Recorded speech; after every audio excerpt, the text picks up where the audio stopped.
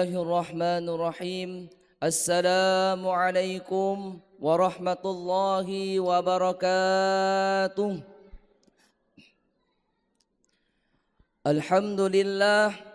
الحمد لله الذي أطعمنا تتم الصالحات، والصلاة والسلام على سيدنا محمد وعلى آله وصحبه رسول الله أجمعين. اللهم صل على سيدنا محمد وعلى آل سيدنا محمد وبارك وسلم. قال الله تعالى في القرآن الكريم: أعوذ بالله من الشيطان الرجيم. بسم الله الرحمن الرحيم. إن عدة الشهور عند الله 12 شهرا في كتاب الله يوم خلق السماوات والأرض منها 4 حرم. الآية. صدق الله العظيم. صدق الله مولانا الكريم. Bapak-bapak, ibu-ibu, jamaah Masjid Raya Istiqomah yang dimuliakan Allah Subhanahu wa taala. Kita masih momentum dalam bulan yang mulia ini, bulan Al-Muharram.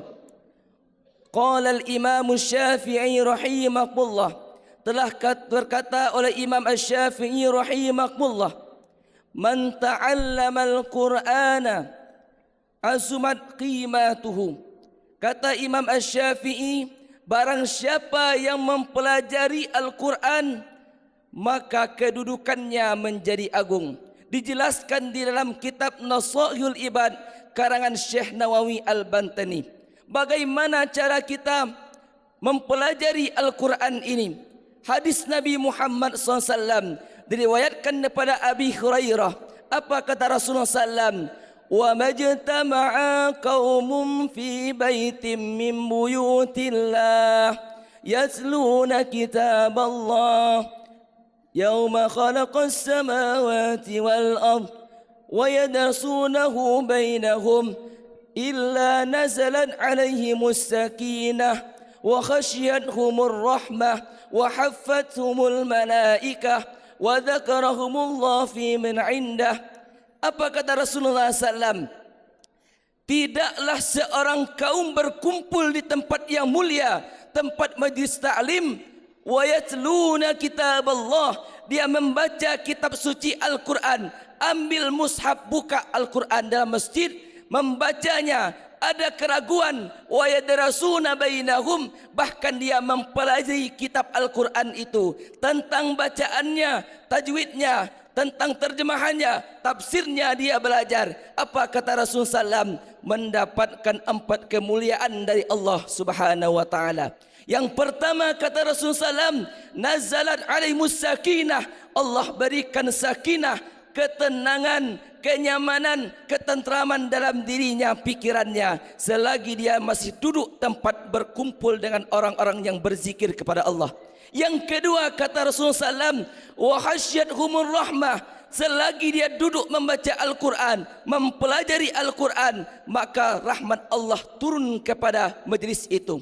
Yang ketiga kata Rasulullah SAW, wa haffathumul malaikah, Allah suruh perintahkan kepada malaikat untuk mendampingi, melindungi orang-orang ini lagi berzikir kepada Allah. Yang keempat yang lebih istimewa adalah wa dzakarahumullah fi man indah.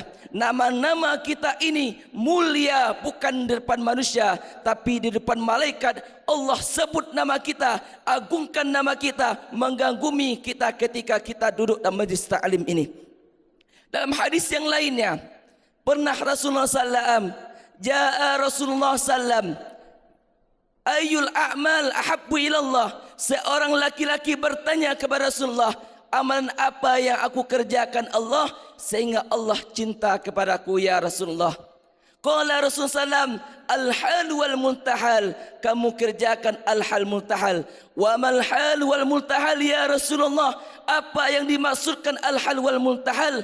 Qala alladhi yadribu min awalil Quran ila akhirih kullama al-hal wal multahal. Kata Rasulullah SAW, yang dimaksudkan al-hal multahal adalah ketika orang itu membaca Al-Quran, buka mashaf, mulai surah Al-Fatihah, lanjut surah Baqarah sampai An-Nas, menghatam Al-Quran, selanjutnya lagi ulang Al-Fatihah, seterusnya menghatamkan Al-Quran. Ini yang dikatakan Al-Halmul Tahal, orang yang senang menghatamkan Al-Quran. Ini yang lebih mulia di sisi Allah Subhanahu wa taala. Ini apa kata Imam Imam Asy-Syafi'i, wa man nazara fil fiqhi nabalu qadruhu, barang siapa yang mempelajari ilmu fikih, mempelajarinya, fikih yang pertama tentang ibadah, bagaimana taharah yang bagus, bagaimana solat kita terima oleh Allah Subhanahu wa taala, dia pelajari lagi fikih munakahat, tentang pernikahan, hukum pernikahan, penceraian, masalah keluarga, tugas suami sebagai pemimpin dalam rumah tangga. Pelajari lagi hukum muamalah, tentang berinteraksi dengan manusia, yaitu antar jual beli, sewa menyewa, hutang piutang. Pelajari untuk apa? Yaitu adalah untuk mendapatkan kedudukan mulia di sisi Allah Subhanahu wa taala.